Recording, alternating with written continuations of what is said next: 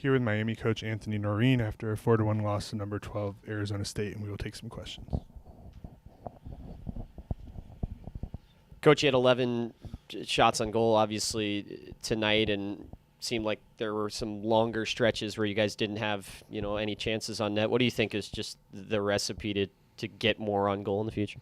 Yeah, first thing before saying anything, obviously just wishing the best to Artem Schlane from ASU. It's a tough situation for both teams. I don't think there was any malice there on the hip, but just hope that he's the best and, wishing him the best and his family. And that's a scary moment, and obviously that's somebody's son and brother and whatever else. So wishing him the best.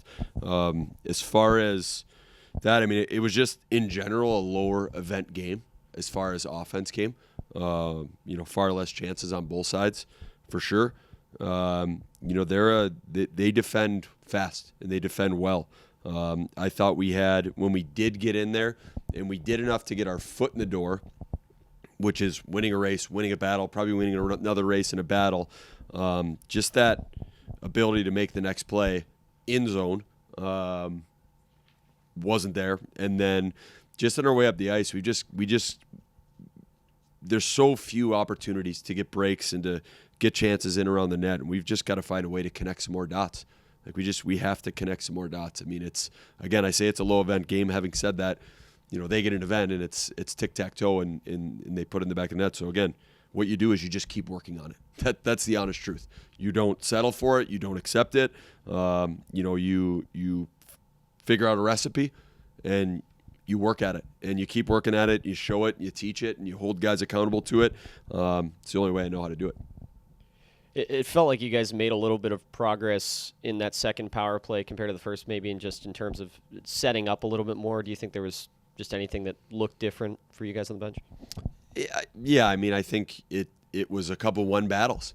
Even though it's the power play, you still have to win battles. The key to both penalty kill and power play. If you're a power play, you need 5 guys out working 4, more committed, more detailed, and outworking them. And on the kill, you need 4 guys that are outworking and trying to mess up the other 5. And I thought we just had some good retrievals where we won a race, won a battle, gotten some even man confrontations where we got an extra guy in there and came out with it. And that's, again, that gets you, like I said, offensively, same thing on the power play. It gets you your foot in the door. And then then you got to convert and make some plays after that.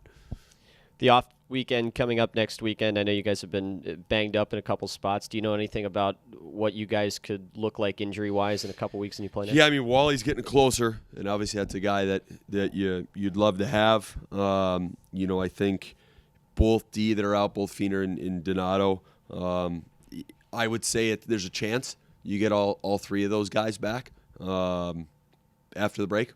We'll see. Obviously, it's an opportunity for us to heal some bumps and bruises, and it's an opportunity for us to go to work and obviously try and get this team better and try and get our future better as well and get on the road. You mentioned those 2 tic-tac-toe goals, but how do you defensively not prepare for that, but what kind of fundamentals do you guys need to work on to kind of prevent that from continuing? I think the first thing is, like I said last night, you got to spend more time in the offensive zone. You can't let them get into your offensive zone and have full energy and full legs. When you make a team defend, in hockey, looking at it last night, I think the average shift between both teams was 40, 42 seconds a player.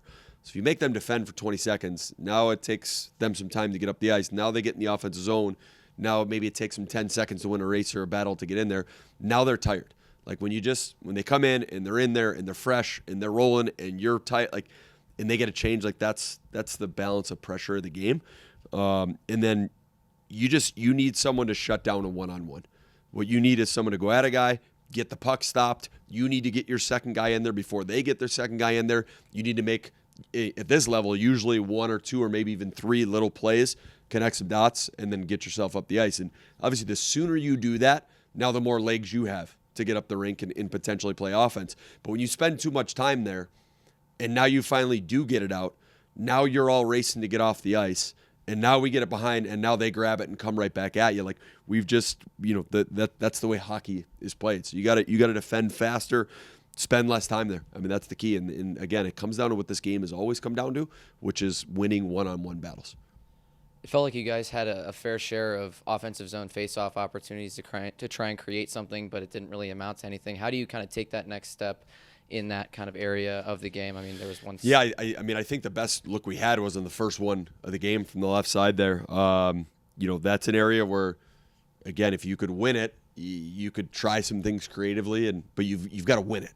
If you don't win it, then usually teams are punting out in the neutral zone, and now you're kind of getting set up again. But we've got to. It's an area we've got to be better in the dot, and that's not just the center; that's everybody else. But it's a key here for us moving forward is to make sure we got multiple guys that you need a face off.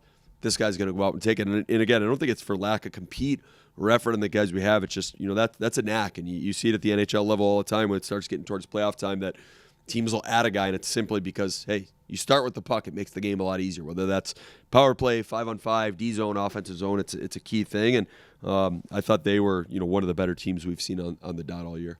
Here is Spencer Cox after Miami's 4-1 loss to number 12 Arizona State, and we'll take some questions.